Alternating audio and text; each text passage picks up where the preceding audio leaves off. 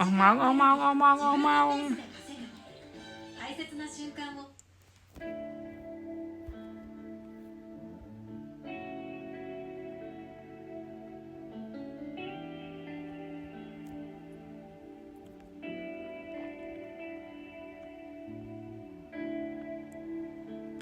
មានសំណួរខ្លះ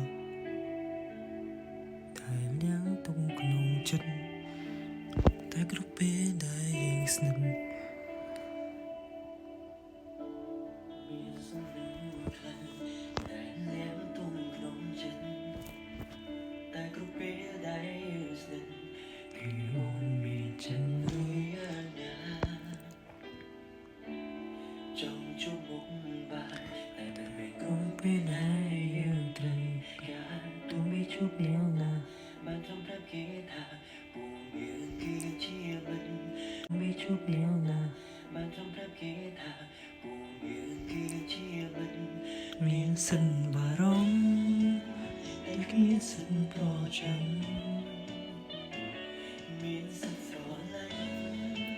តែត្រូវចោះចាញ់គ្មានសិននឹងសារភា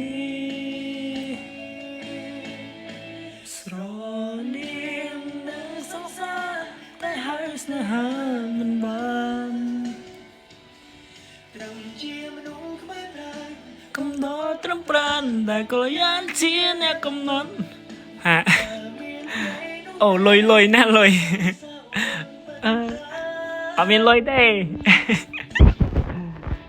អត់មានលុយទេប្រូ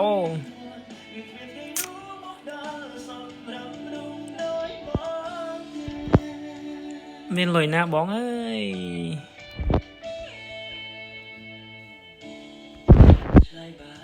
សុខស្វាយទេបង